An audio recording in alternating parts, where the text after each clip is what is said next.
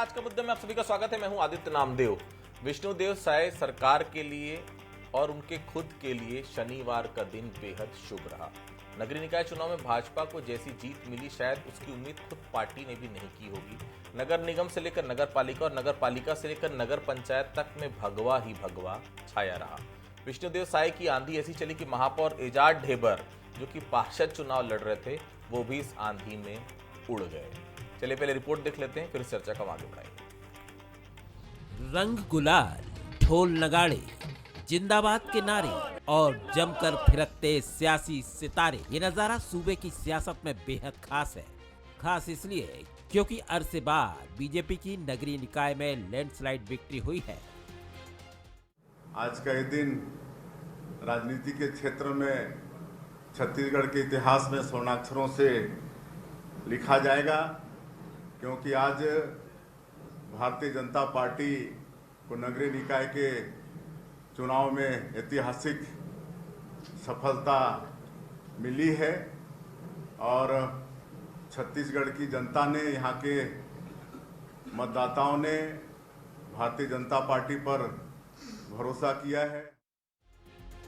जाहिर तौर पर छत्तीसगढ़ की जनता ने साय सरकार के सुशासन पर भरोसा जताया है, तभी तो निगम से कांग्रेस का सूपड़ा साफ हो गया और छत्तीसगढ़ में ट्रिपल इंजन की सरकार बन गई। ये ऐतिहासिक जनादेश भारतीय जनता पार्टी को मिला है। मैं लोरमी शहर की जनता को धन्यवाद देता हूं कि उन्होंने भारतीय जनता पार्टी पर भरोसा किया। सुजीत वर्मा को अध्यक्ष पद पर ऐतिहासिक रूप से जीत दिलाई और हम सब मिलकर विकसित लोरमी के निर्माण के लिए काम करेंगे। न सिर्फ कवर्धा वरन पूरे प्रदेश में भारतीय जनता पार्टी के कार्यकर्ता पूर्ण बहुमत के साथ, बड़ी जीत के साथ सामने आ रहे हैं। ये बहुत स्पष्टता है, नरेंद्र मोदी जी के प्रति लोगों के मन में बड़ा ही आदर और स्नेह का भाव है। माननीय विष्णुदेव साय के प्रति, उनकी नीतियों के प्रति, उनके सरकार के प्रति जनता ने समर्थन का मुहर लगाया। बीजेपी की इस जीत में सबसे ज्यादा चर्चा रायपुर नगर निगम और रायगढ़ की है। रायपुर में 15 साल बाद बीजेपी की वापसी हुई है, तो रायगढ़ में चाय की गुमठी चलाने वाला शख्स महापौर की कुर्सी तक पहुंच गया है। विष्णुदेव साय की जीत है, हमारी भारतीय जनता पार्टी के कार्यों की जीत है, आदरणीय नरेंद्र मोदी की जीत है। हमारे कार्यकर्ताओं ने बहुत मेहनत किया, परिणाम स्वरूप पूरे प्रदेश में हम जीते हैं। मैं अपने खुशी का इजहार नहीं कर सकता, लेकिन ये पूरा सिरे जाता है रायगढ़ देवतुल्य जनता जनार्दन को, जिन्होंने मेरे को चुनाव जिता के भेजाया है, और हमारे छत्तीसगढ़ के यशस्वी मुख्यमंत्री विष्णुदेव साय जी को इस जीत के सिरे जाता है। अब की बार कांग्रेस की जितनी बुरी हार हुई, ऐसी हालत उसकी कभी भी नहीं हुई, लेकिन इसकी वजह क्या रही, ये भी आपको बताते हैं। कमल ने कैसे किया कमाल, विष्णु के सुशासन पर लोगों ने जताया भरोसा, विष्णु के ठोस निर्णयों ने जीता जनता का विश्वास, बीजेपी सरकार और संगठन में बेहतर तालमेल, दिल्ली विधानसभा चुनाव का भी दिखा असर, बीजेपी ने नगर निगम में दिए बेहतर प्रत्याशी, कांग्रेस की गुटबाजी और कलह ने राह की आसान, कांग्रेस के कुशासन और भ्रष्टाचार को जनता ने नकारा। पूर्व सीएम भूपेश बघेल से लेकर टीएस बाबा, डॉक्टर चरणदास महंत और कांग्रेस का गढ़ कहलाने वाला बस्तर भी कांग्रेस के हाथ से रेत की तरह फिसल गए। यहां तक कि बीजेपी की आंधी में पूर्व महापौर एजाज ढेबर पार्षदी का भी चुनाव हार गए। और जैसा कि हर बार होता आया है, इस बार भी कांग्रेस ने हार का ठीकरा ईवीएम पर फोड़ दिया। मैं ये बोल रहा हूँ कि जब गड़बड़ी नहीं हुआ उस समय जीते, और जब गड़बड़ी हो रहा है तो सब हम लोग निपट रहे हैं। इस बार भी गड़बड़ी हुई, मतलब एकदम संभावना हम पहले ही व्यक्त कर दिए थे, और वो परिणाम में परिणित होते हुए जो सामने आ रहे हैं परिणाम वैसे ही आ रहा है। बीजेपी की बम्पर जीत और कांग्रेस की करारी हार के साथ ही इस बार चर्चा आम आदमी पार्टी की भी है। बिलासपुर की बोदरी नगरपालिका से इस बार आम आदमी पार्टी का खाता खुला है, जो आपकी जड़ें और नए समीकरण की ओर इशारा कर रहा है। भाजपा 10 में 10 नगर निगम जीत लेगी, इसके आसार कहीं ना कहीं तो बन रहे थे, लेकिन अंतर इतना बड़ा होगा ये शायद प्रत्याशियों ने भी नहीं सोचा होगा। कुछ हद तक चिरमिरी और अंबिकापुर मुकाबले में नजर आए, बाकी के 8 निगमों में तो आंकड़ा 30,000 से लेकर 2 लाख के करीब डिफरेंस रहा। आखिरकार कांग्रेस की इतनी बुरी गत और भाजपा की इतनी प्रचंड आंधी क्यों चली? क्या सरकार के विकास कार्यों का असर था? क्या विष्णुदेव साय सरकार के भरोसे का असर था? डबल इंजन की सरकार पर भरोसा इसकी वजह थी, या फिर कांग्रेस अपनी दुर्गति के लिए खुद जिम्मेदार है? कहने को तो भाजपा और कांग्रेस नेताओं के दिग्गजों की साख निकाय चुनाव में दांव पर थी, लेकिन जानकार कहते हैं कि भाजपा नेताओं ने अपनी प्रतिष्ठा के अनुरूप काम किया, लेकिन कांग्रेस के नेताओं ने अपनी ही पार्टी की लुटिया डुबो दी। कोरबा में चरणदास महंत और जयसिंह अग्रवाल की प्रतिष्ठा दांव पर थी, लेकिन टिकट बंटवारे के बाद महंत जहां चुप बैठ गए तो जयसिंह अग्रवाल चिरमिरी की राह यह कहकर पकड़ ली उन्होंने कि डॉक्टर विनय जायसवाल को जिता ही लेंगे। नतीजा दोनों जगह कांग्रेस की शिकस्त हो गई। कुल मिलाकर भूपेश बघेल, टीएस सिंहदेव, चरणदास महंत, शिव डहरिया, रविंद्र चौबे जैसे नेता खुद को ही हिट विकेट कर बैठे। चुनाव के परिणाम को देखेंगे तो हर दिग्गज नेता अपने गढ़ में बड़ी निर्ममता के साथ हार गया। भाजपा की ऐतिहासिक जीत और कांग्रेस की ऐतिहासिक हार पर चलिए चर्चा की हम शुरुआत करेंगे। बंसल न्यूज के कुछ सवाल हैं इस पूरे विषय को लेकर। क्या छत्तीसगढ़ में साए साए विकास कांग्रेस पर भारी पड़ गया? दूसरा सवाल, क्या कांग्रेस के कुशासन और कलह का फायदा भारतीय जनता पार्टी को मिला? तीसरा सवाल, क्या चौतरफा हार और नए बदलाव के बाद कांग्रेस की सूरत बदलेगी? ये तीन सवाल है जो बंसल न्यूज उठा रहा है। मैं मानुष तारुक करूंगा। नवीन मरकंडे साहब हैं, पूर्व विधायक हैं भारतीय जनता पार्टी से, बहुत स्वागत करता हूं। धनंजय सिंह ठाकुर जी हैं, कांग्रेस के वरिष्ठ नेता है, प्रवक्ता, बहुत स्वागत करता हूं। रामवतार तिवारी जी हैं, वरिष्ठ पत्रकार हैं, बहुत स्वागत करता हूं। सबसे पहले धनंजय जी के पास चलता हूं। धनंजय जी, ईवीएम वाकई में खराब था। जब आपके कार्यकर्ता और जनता ईवीएम के बटन दबा रहे थे तो वोट भारतीय जनता पार्टी को मिल रहा था। आपके नेताओं ने ईवीएम का शायद ये लेख फिर से याद कर लिया है। अब यही रिकॉर्ड आप लोग हर जगह बजाएंगे कि ईवीएम खराब था। आपके रिकॉर्ड हो सकता है, क्योंकि आपको तो ना तो चुनाव लड़ना है, ना चुनाव के प्रक्रिया में कोई हिस्सा लेना है। हमने तो आंखों से देखा है और इस स्थान पर हमने जब देखा है कि वहाँ तो भाजपा के कार्यकर्ता भी विरोध जता रहे थे ईवीएम का। जब मतदान करने लोग पहुँचे थे वहाँ पे जो ईवीएम खराब हो रहा था, जिस प्रकार से गड़बड़ियाँ सामने आ रही थी, तो हम धरातल पर काम कर रहे थे। हमें पता है कि यही ब्लैक पेपर चुनाव होता तो शायद भारतीय जनता पार्टी कहीं पर नज़र नहीं आती, कहीं उनको पहले से डर सता रहा था। ठीक है, जो भी हुए आज परिणाम आए हैं। आज हम परिणाम पर चर्चा कर लेते हैं और जीते हुए सारे प्रत्याशियों को बहुत बहुत शुभकामनाएं। कांग्रेस के कार्यकर्ताओं नेताओं ने बेहतर मेहनत किया, अच्छे प्रदर्शन है। जहां पार्षदों की मैं सूची में हार में देख रहा था, नेक टू नेक फाइट में हार हुई है, कहीं ऐसा एक सर्वनाक हार वाली स्थिति नहीं है। तो निश्चित तौर पर जनादेश है, जनादेश को हम स्वीकार करते हैं। और जिस प्रकार से स्थिति निर्मित रही नगर निकाय चुनाव को लेकर कि जिस प्रकार से परिसीमन में गड़बड़ियाँ की गई है, परिसीमन में ये स्थिति रहा है कि कांग्रेस के जो कोर वोटर्स हैं उन वोटरों को किस प्रकार के विभाजित किया गया है। वही ग्रामीण क्षेत्रों में वोट का प्रतिशत अच्छा रहा, क्योंकि वहाँ पर परिसीमन नहीं हुआ है। ग्रामीण क्षेत्रों में आप देखेंगे तो कांग्रेस और भाजपा में बराबरी की टक्कर रही है। कई नगर पंचायत में हमारी भी जीत हुई है। शहरी मतदाताओं को जो प्रभावित करने का काम किया षड्यंत्र रच के, कहीं ना कहीं ये स्वस्थ लोकतंत्र के लिए ठीक बात नहीं है। अगर 80% मतदान होता, कांग्रेस के भी वोटर्स वोट डालते तो परिणाम कुछ और होते। मार्कंडे साहब, आप लोग इस जीत की प्रमुख वजह क्या मानते हैं? कांग्रेस की निष्क्रियता या आपके कार्यकर्ताओं की मेहनत और विष्णु का सुशासन और काम? मार्कंडे साहब, देखिए आदित्य जी, ये जीत जो है एक तरह से छत्तीसगढ़ की जो कर्मठ हमारे कार्यकर्ता हैं उनने बहुत मेहनत किए हैं और लगातार मेहनत किए हैं। और कहीं ना कहीं जो नगरीय निकाय क्षेत्र है उसमें कार्यकर्ता का चुनाव होता है ये, और कार्यकर्ता इसमें जनसेवक के रूप में सामने आते हैं। तो कार्यकर्ता में उत्साह था और वैसे ही हमारे नेताओं के ऊपर भी है कि हमारे जो माननीय मुख्यमंत्री जी का जो लगातार जन कल्याण के जो कामें हैं, जो आदरणीय नरेंद्र मोदी जी का जो जन कल्याण के काम हैं, जो लगातार 1 साल 1.5 साल से जनता की सहूलियत के लिए कई रास्ते खोले हैं, विकास के रास्ते आगे बढ़ा है। और शासन प्रशासन और कहीं ना कहीं ये जो छत्तीसगढ़ में कानून व्यवस्था पर भी काफ़ी कंट्रोल हुआ है। तो इस तरह से अगर देखा जाए चारों तरफ से, तो जनता ने हमारी सरकार के पर विश्वास किया है और उस पर उन्होंने मोहर लगाए हैं। हमको ये फिर अवसर दिए हैं कि नीचे स्तर पर जनसेवक बन के उनकी सेवा हम लोग कर पाएँ। रावतर जी, अब तो विष्णुदेव साय के नेतृत्व का लोहा मानना पड़ेगा। पहले तो कहा गया कि कांग्रेस विधानसभा में खराब प्रदर्शन की बदौलत हार गई, लोकसभा में मोदी की बदौलत जीत मिल गई, लेकिन निकाय चुनाव तो केवल विष्णुदेव साय का चेहरा था ना। क्या मानते हैं आप रावतर जी? निश्चित तौर पर साय जी का कद बढ़ेगा, क्योंकि वो मुख्यमंत्री हैं और उनके नेतृत्व में चुनाव लड़ा गया। हालांकि भाजपा का जो संगठन है बहुत मजबूत है। संगठन और सरकार के बीच समन्वय के बाद अच्छा प्रबंधन के चलते यह चुनाव जीत मिला है। दूसरी तरफ विचारधारा जो भाजपा का है, जो हिंदुत्व का, वो लगता है कि काम कर रहा है।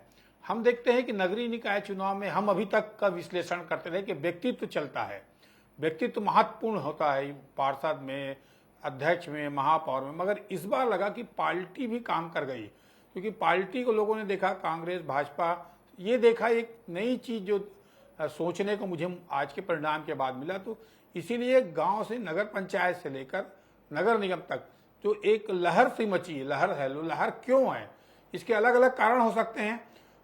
बेहतर समन्वय, प्रत्याशी अच्छा, प्रबंधन अच्छा, प्रचार आक्रामक, ये एक हिस्सा हो सकता है। परंतु भाजपा को ये ऐतिहासिक सफलता, इतनी सफलता आज तक नहीं मिली है। जिस तरह की जो सफलता मिली, इसके पहले 15 साल रमन सिंह भी मुख्यमंत्री थे, तब भी नहीं मिल पाया था। तो आज जो सफलता मिली, निश्चित तौर पर भाजपा को गदगद करने वाला है और कांग्रेस के सामने एक चुनौती है कि इससे कैसे निपटेंगे, क्योंकि अब भाजपा को शहरी पार्टी या शहर में प्रभाव वाली पार्टी माना जाता है, परंतु नगर पंचायत में, नगर पालिकाओं में जो धीरे इस बार कब्जा जमाया है, एक नई राजनीतिक परिस्थितियां पैदा की है, जो उससे कैसे लड़ेगी कांग्रेस, ये उसको विचारणीय सवाल रहेगा। और दूसरा ये कि अब जो है शायद सरकार को भी चुनौती रहेगी, कि चुनौती ये रहेगी कि कैसे इन अपेक्षाओं को, जनता को बहुत अपेक्षा है, क्योंकि शहरी क्षेत्र में लोकसभा में भी जीते, विधानसभा में भी जीते और नगरीय निकाय में जीते, तो इन शहरी क्षेत्रों में अब विकास की गति वो भी साए साए आ जाए, ऐसी उम्मीद करेंगे लोग। अब ठीक है धनंजय जी, आप लोग हार को लेकर कभी मंथन करते हैं, थोड़े मंथन सोचते हैं कि नहीं सोचते कि क्या हुआ, क्यों हुआ? क्योंकि बच्चा जब पहली कक्षा में कम नंबर लाता है तो उससे पूछा जाता है। आप लोग हार के बाद साफगोई से पत्ता गोल कर देते हैं, इस बार हार के बाद कुछ होगा, कोई समीक्षा होगी, कारण को कुछ तलाशेंगे आप लोग धनंजय जी? निश्चित बार हर चुनाव में हर पार्टी जो है हार के बाद कारणों को पता लगाती है, उन कारणों को सुधार करती है। हम जीतते हैं तब भी हम देखते हैं कि उस वोट का प्रतिशत कैसे बढ़ाया जाए। तो सामान्य प्रक्रिया है, जब भी परिणाम आते हैं उसके बाद एक समीक्षा भी होती है, वार्ड स्तर पर भी समीक्षा होगी, जिला स्तर पर भी समीक्षा होगी, प्रदेश स्तर पर भी समीक्षा होगी, हार के कारणों को ढूंढा जाएगा और निश्चित तौर पर हर बार जब भी चुनाव के परिणाम आते हैं उसके बाद संगठन में सुधार होता है, उस दिशा में काम किया जाता है। धनंजय जी, मैं जितना आपको जानता हूं, हम सभी हैं, चाहे धनंजय जी, यहाँ नवीन मार्कंडे जी हो, राम, तो बहुत ऊर्जावान कार्यकर्ता हैं आप। जब आप बोलते हैं तो ऐसा लगता है कि आदमी रुक के सुने। आज बहुत मायूस धनंजय सिंह ठाकुर भी नजर आ रहे हैं, क्या सही कह रहा हूं? मायूस नहीं हूँ मैं, चलो सुबह 9 बजे से 2:30 बजे तक कंटिन्यू इस परिचर्चा में शामिल रहा हूँ और थोड़ा थकान भी रहता है थोड़ी सी, और थोड़ी स्वाभाविक बात है, परिणाम अपने पक्ष में नहीं आया, थोड़ी सी उससे निराशा भी रहती है। मैं भी पार्टी कार्यकर्ता हूँ, मैं भी जीत के लिए उत्साही रहता हूँ। अगर हार होगी थोड़ी सी निराशा तो होती है, पर इसका मतलब ये नहीं है कि आने वाला समय हमारे लिए ख़त्म हो गया है। और मैंने पहले ही कहा ना कि आज परिणाम के दिन है, इसमें समीक्षा की जाएगी, समीक्षा के उपरांत आप इसमें देखेंगे जो भी चीज़ें आएंगी उसमें सुधार किया जाएगा। मार्कंडे साहब, निकाय चुनाव मंत्रियों का लिटमस टेस्ट कहा जा रहा था कि भाई जिताना पड़ेगा आपको, नहीं तो कुर्सी में खतरा हो सकता है। मान ले खतरा नहीं है, टल गया खतरा, मंत्रियों ने तो जितवा दिया भाई अपने अपने इलाकों को। मार्कंडे साहब, देखिए, हमारे जो मंत्रिमंडल में जो मंत्रीगण हैं उनको जो जिम्मेदारियां मिली थी, और जिस नगर निगम की बातें कहें तो 10 नगर निगम में हमने जो है जीत हासिल किए हैं।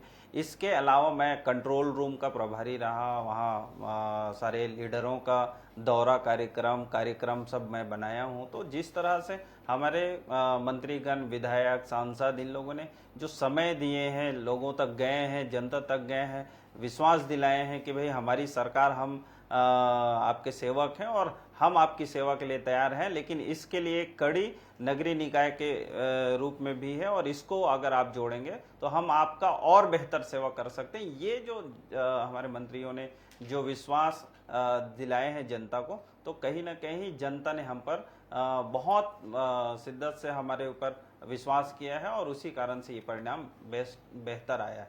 रावतर जी, जो सीएम ने प्रेस कॉन्फ्रेंस की और एक बड़ी जीत के एक बड़े बिंदु घोषणा पत्र पर इशारा किया, निकाय चुनाव में घोषणा पत्र कितना मायने रखता है, क्या लगता है आपको? मायने इसलिए रखता है क्योंकि सरकार भाजपा की है, और इसमें घोषणा पत्र में उन्होंने बड़ी बड़ी घोषणाएं भी की है। जैसे वो जो नजुल के जितने पट्टे हैं उसको स्थायी फ्री होल्ड किया जाएगा, महिलाओं पे घोषणा की है, युवाओं पे किया है, शिक्षा पे किया है। तो कुछ बिंदु हैं जो पढ़ा लिखा शिक्षित वर्ग है उन पे असर तो डालेगा। वो कांग्रेस ने भी किया था और भाजपा ने भी किया, क्योंकि भाजपा वो सत्तारूढ़ दल है, उन्होंने कहा है, और जो क्योंकि सरकार वही बोल सकती है जो कर सकती है। तो ऐसे में जो शहर का विकास है, तो शहर का विकास जरूरी है आज, क्योंकि शहर में आदमी सुविधा युक्त चाहता है। हम देश में ऊर्जावान राज्य हैं, इस राज्य का और बेहतर शहर बन जाए, ये तो हमारा नाम रोशन हो। तो ऐसी स्थिति में जो घोषणाएं की गई है, बहुत सारी घोषणाएं की गई है, बड़े बड़े बिंदु, और 2 बार किया भाजपा ने, अलग अलग बिंदुओं पर रखा ताकि वो प्रभावी तरीके से लोगों के बीच जाए। तो शायद गया होगा, और अब गया है तो शायद वो पूरा हो, ऐसी उम्मीद करते हैं हम। धनंजय जी, अब ये माना जाए कि नेतृत्व परिवर्तन बहुत जरूरी हो गया है, अभी भी कुर्सी पर बनाए रखेंगे बैस साहब को? 3 चुनाव हारने के बाद अब बचा क्या है? हालांकि नैतिकता की बात बेमानी, पर फिर भी विधानसभा चुनाव, लोकसभा चुनाव, नगरीय निकाय चुनाव, बदलाव जरूरी है कांग्रेस पार्टी के लिए, लगता है धनंजय जी? मैंने पहले लाइन पे कहा ना, समीक्षा होती है और समीक्षा में जो कारण सामने आते हैं उस पर नेतृत्व निर्णय करता है। और निश्चित तौर पर दीपक बैज जी ने बहुत बेहतर मेहनत की है नगरीय निकाय क्षेत्रों में, प्रत्याशियों के प्रचार प्रसार में, प्रत्याशियों के चयन में, घर घर जाकर उन्होंने वोट मांगने का काम किया, उन्होंने मेहनत बेहतर की, कांग्रेस नेताओं ने अच्छा प्रदर्शन भी किया है, मगर परिणाम हमारे पक्ष में नहीं आए। तो निश्चित पर समीक्षा भी होगी और समीक्षा में जो कारण सामने आएंगे उस पर केंद्रीय नेतृत्व फैसला करेगा। लेकिन प्रदेश कांग्रेस दीपक बैज के नेतृत्व हमने चुनाव लड़ा है, हमारे कार्यकर्ता मैदान पर थे, हमारे नेता मैदान पर थे, हमने विजन रखने का काम किया जनता के बीच में, और जो हमको आशा थी वैसे परिणाम हमको नहीं मिल पाए हैं, उसके कारणों की भी हम समीक्षा करेंगे। धनंजय जी, लेकिन एक सवाल है, उम्मीद है इसका एकदम सही आप जवाब देंगे। मैं शक्ति गया था, शक्ति में ऑटो छाप से एक शख्स लड़ रहे जिनका नाम है श्याम सुंदर अग्रवाल। ये कभी आपकी पार्टी के बहुत सीनियर लीडर हुआ करते थे, आपकी पार्टी से एक बार वो नगर पालिका के वहां अध्यक्ष रह चुके हैं। नई एक मैडम आई वहां पर, रीना गेवाडिन, पहले एनसीपी में थी, घड़ी छाप में, उसके बाद भारतीय जनता पार्टी में वो आई, और पिछले कुछ महीनों से वो कांग्रेस पार्टी में आपने उनको टिकट दे दी। निर्दलीय प्रत्याशी के रूप में श्याम सुंदर जीते, वहां से धमाकेदार जीत हासिल की। इसके अलावा भी रायपुर में भी हम देख रहे हैं, रायपुर पश्चिम में जिसको आपने टिकट दिया हार गए, उसी आदमी को लोकसभा आपने लड़ाया, वो भी हार गए।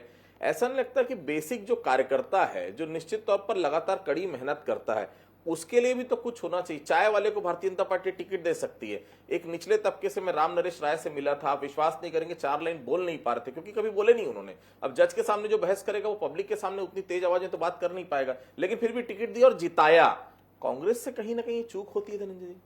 नहीं, कहीं भी कांग्रेस से चूक नहीं होती है। देखेंगे जब चुनाव की प्रक्रिया में जाते, खास करके वो जो पार्षदों का चुनाव होता है, कार्यकर्ताओं का चुनाव होता है, हर वार्ड में 1 से अधिक आपको दावेदार मिलेंगे, सारे दावेदार काबिल होते हैं, उसमें आपको एक को चुनना है। तो स्वाभाविक बात है, एक को आप चुनेंगे, 3 जो लोग हैं उसमें थोड़ी नाराजगी होती है, उसमें कुछ अति उत्साही लोग होते हैं जिनका मकसद चुनाव लड़ना होता है, चुनाव लड़के चले जाते हैं। वैसे अब रायपुर शहर की अगर वार्डों की आप निकालते हैं परिणाम को भी मैं देख रहा था, तो अधिकांश जगह कांग्रेस के अगर पार्षद हारे हैं उसके रीजन सिर्फ कांग्रेस से जो बागी हुए चुनाव लड़े वो हैं। बिल्कुल, आकाश तिवारी जीत गए भाई, मैं वही कर रहा हूँ ना, बब्बी सोनकर जीत गया वहां पर, बंटी होरा अच्छा लीड कर रहा था वहां पर जहाँ पे निर्दलीय पर।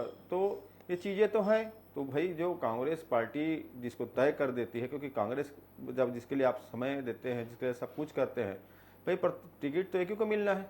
उसके बाद आप अगर जाके निर्दलीय लड़ेंगे और पार्टी के वोटर्स को ही काटेंगे ना, क्योंकि आपकी पहचान कांग्रेस पार्टी है, आपके जो सिद्धांत कांग्रेस है, लेकिन आप बाद में चुनाव लड़ते तो कांग्रेस को डैमेज कर रहे हैं ना, कांग्रेस के टिकट वहाँ पे वोट खराब कर रहे हैं। तो जहाँ मैं समझता हूँ, जो देख रहा था कांग्रेस के पार्षद जहाँ पर हारे, अधिकांश जगह जो बागी हुए कांग्रेस पार्टी से, वो कांग्रेस के वोट को खराब किए। अगर दोनों के वोट काउंट कर दिया तो हर जगह कांग्रेस के पार्षद जीत रहा है। तो ये चीजें तो है, तो व्यक्ति की निष्ठा होनी चाहिए। कांग्रेस पार्टी एक संगठन है, उसमें काम करने वालों को निष्ठा भी है। जैसे अधिकांश लोगों को मैंने कहा ना, जो मांगे दावेदार किए, नहीं दिया तो पार्टी के लिए काम किए हैं, तो ये होनी चाहिए। तो ये बात को भी कांग्रेस के बड़े लीडर जो है ध्यान देंगे और इस विषय में भी सुधार होगा। मार्कंडेय साहब, आपके सारे प्रत्याशी ने बहुत धमाकेदार जीत दर्ज की, लेकिन एक बात यह भी है, जिस प्रकार की जीत दर्ज की गई वैसी उम्मीद आपको थी? एजाज ढेबर तक चुनाव हार गए, आप अपनी जीत पर मत बोलिए, पर कांग्रेस की इस करारी हार की वजह आप क्या मानते हैं मार्कंडेय साहब? देखिए, जो छत्तीसगढ़ में भारतीय जनता पार्टी को जो जीत मिली है, वो जीत की अपेक्षा हमको थी पहले, और हम अपेक्षा करते भी थे।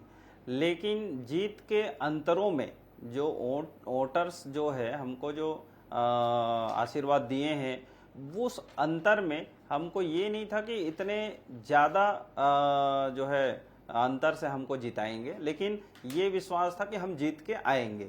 दूसरे तरफ जिस तरह से कांग्रेस की जो आपसी कलह कहें या कहीं ना कहीं लीडरों का जो कार्य अपने कार्यकर्ता या के प्रति जितनी समर्पित भाव से उनके लिए काम करना था, मुझे लगता है कि इस चुनाव में नहीं दिखा। और जनता तक चूंकि वो पिछले 5 साल का जो कार्यकाल रहा वो बहुत दागी कार्यकाल रहा है इनका, और जिसके कारण से लगातार ये उसका जवाब देते आ रहे हैं, लेकिन जनता अभी तक इनसे सवाल कर ही रहा है। और इस तरह से अगर देखते हैं तो मुझे लगता है कि कांग्रेस को इसी कारण जो है छत्तीसगढ़ की जनता ने रिजेक्ट किया है। क्योंकि आप आदित्य देखिएगा कि पिछले जो 2008 के चुनाव में 2018 के चुनाव में कांग्रेस को कितनी सीट से बहुत बड़े अंतर से उनको जिताए थे, लेकिन जितने विश्वास उनके ऊपर किए थे उतने ही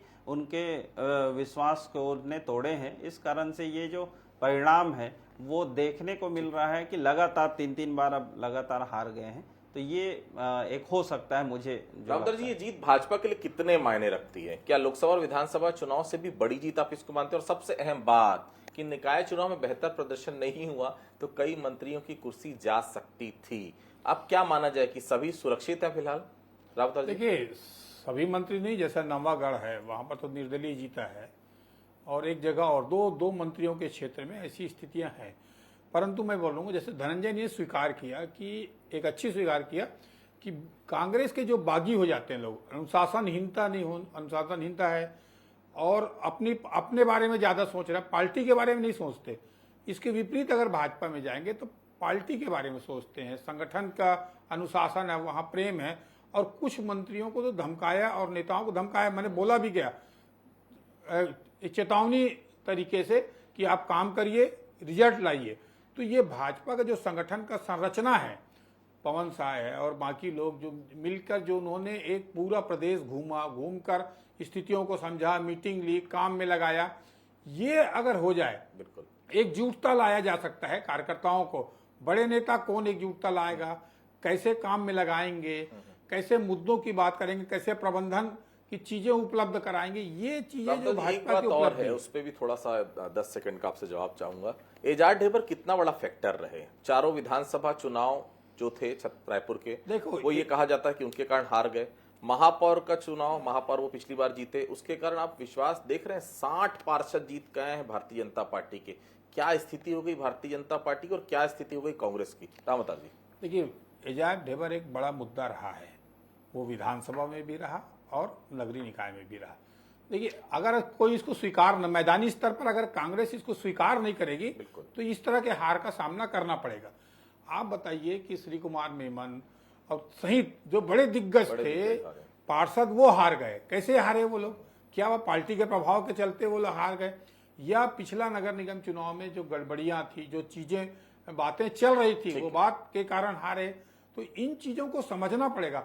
और पार्षद प्रत्याशी जो है वो 1 लाख के करीब वोट पाई, इतने जगह अनुशासनहीनता दिखी, मैं दिखा, दूसरा जिस तरह से समन्वय ना तो नहीं दिख पा। जबकि महापौर में जो प्रत्याशी वो 1.5 लाख पाए, वो पार्षद 1 लाख पाए, 50,000 का पार्टी में ही अंतर दिख रहा है। ये कैसे आया?